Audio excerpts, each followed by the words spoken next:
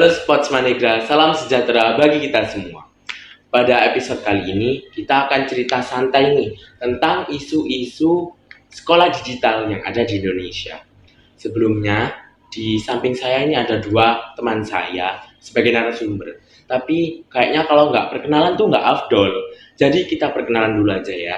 Perkenalkan, nama saya Devi Alvarezal, biasa dipanggil Devi, dari SMA N 1 Grati, dan kakaknya.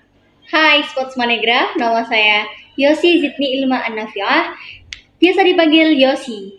Dan saya Fitratul Kamila, biasa dipanggil Fitri.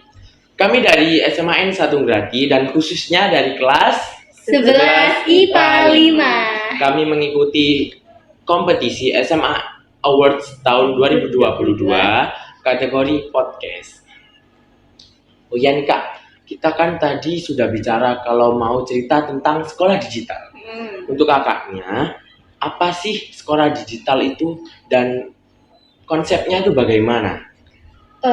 Seperti yang kita tahu dulu ya, sekolah digital berarti digital itu terhubung dengan teknologi. Ya, betul. Teknologi sendiri itu memiliki peran penting dalam rangka peningkatan mutu pembelajaran dan juga peningkatan akses pembelajaran.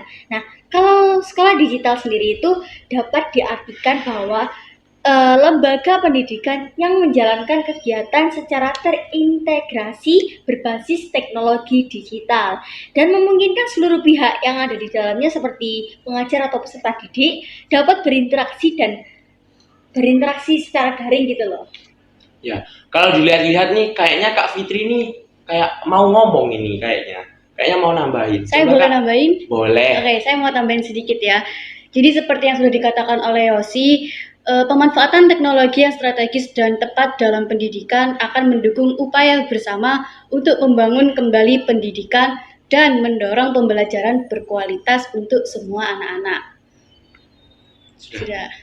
Oh iya nih Kak Fitri, Kak Yosi. Ya? Apa sih yang kalian tahu dari sekolah era digital ini? Sekolah era digital ini ada 3 poin. Jadi yang pertama 1.0. 1.0 adalah lembaga pendidikan yang sudah mulai mengimplementasikan penggunaan ruang kelas digital. Fasilitas ini digunakan untuk mendukung proses belajar mengajar sehari-hari. Umumnya, sekolah digital 1.0 memiliki perangkat dan fasilitas dukung seperti konten-konten belajar digital, proyektor, komputer, laboratorium TIK, serta menyediakan akses Wi-Fi dan memiliki website resmi. Oh iya, tadi Kak Fitri bilangnya ada 3 poin, tapi tadi yang disebutkan cuma 1 poin nih. Coba dong sebutkan poin kedua dan ketiganya. Untuk poin kedua ya, 2.0, lembaga pendidikan pada masa ini tuh telah lebih berkembang menerapkan penggunaan menerapkan gitu loh, penggunaan teknologi digital untuk mendukung kegiatan belajar mengajar. Nah, sekolah di tahap ini tak jarang menggunakan berbagai perangkat lunak atau kasar untuk mendukung kelancaran proses edukasi. Nah, sekolah digital 2.0 biasanya telah memiliki learning management system sendiri, seperti menyediakan buku digital, sistem informasi digital, secara tak jarang yang sudah menggunakan papan tulis interaktif untuk membantu kegiatan belajar mengajar. Nah, sekolah pada masa ini juga memanfaatkan optimal keberadaan smartphone atau gawainya para siswa untuk menunjang nilai tambah dari proses edukasi yang berjalan. Nah, di SMA Negeri 1 Grati ini telah menjalankan poin 1 dan kedua karena contoh yang sudah sangat-sangat kita ketahui bahwasannya ujian pun kita menggunakan handphone.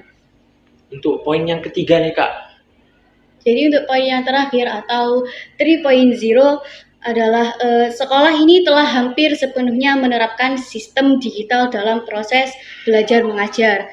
Sekolah di fase ini telah mampu mengoptimalisasi sistem manajemen belajar secara komprehensif, menerapkan kualitas berbasis ICT, serta melaksanakan pelatihan bagi pengajar supaya mampu menerapkan metode belajar mengajar dengan baik. Di setiap sesuatu kegiatan pasti akan ada dampaknya, dampak positif maupun dampak negatif nih. Coba dong sebutkan dampak positif dan juga dampak negatif dari sekolah digital ini.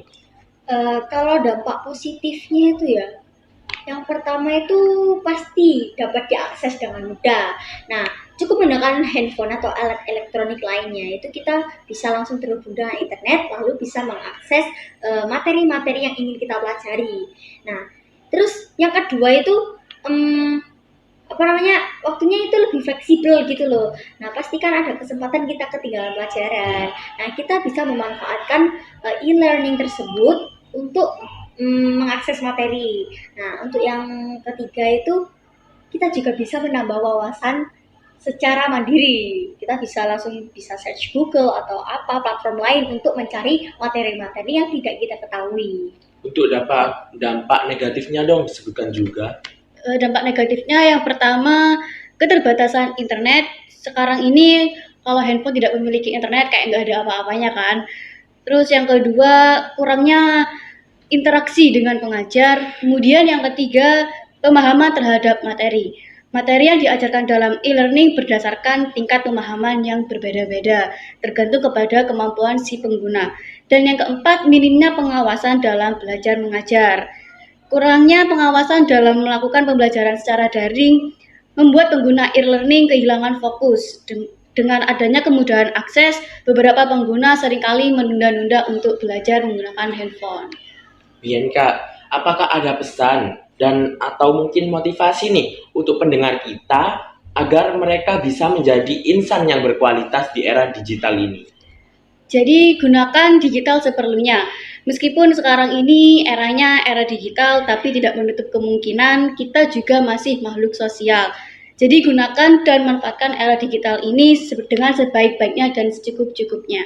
Dan semoga dengan adanya pembelajaran berbasis digital ini dapat menciptakan generasi emas Indonesia yang unggul dan berdaya saing global. Sepertinya kita sudah sampai di sini aja ya episode kali ini. Untuk pendengar Sports Manegra, jangan patah semangat terus dan juga kami ucapkan terima kasih. Sampai jumpa. Wassalamualaikum warahmatullahi wabarakatuh. See you.